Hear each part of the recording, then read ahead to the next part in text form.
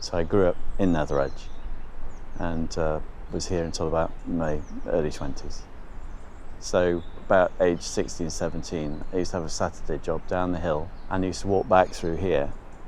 And at that time, Hammer House of Horrors used to be the film genre of the day. And every time you walked through here, it was like a set from Hammer House of Horrors. It was incredible, atmospheric. You were a little bit nervous as you walked through. So that would have been early 80s. We discovered the cemetery a couple of years ago during lockdown when we were permitted like that one walk a day. On those days, we sort of found this place and we've walked through it sort of ever since, really. So it's just a nice space for us to come for a little walk, just to get out of the house and clear our heads and just be in a nice sort of peaceful area. Since '91, I've been in Sheffield most of that time since then. And it's my son's GCSE art project is why we're here today. So we've come to take some pictures of some of the old building structures around the park so that he can draw them for his GCSE art. So I walk to work 4 days a week and I really enjoy the space. I used to come conker picking here with the boys and it's been really special. I know that they hold events in sort of the buildings that are on the grounds here. And I think in the past I've sort of seen like little school events or like children's events knocking around as well. And it seems really nice to be able to use this space for those purposes as well. I mean, it's quite a big space so close to the city and it is obviously reasonably wild. I think it's important to have these kind of spaces. It would be a shame to lose that kind of natural habitat. It's part of the history, the culture of the area as well.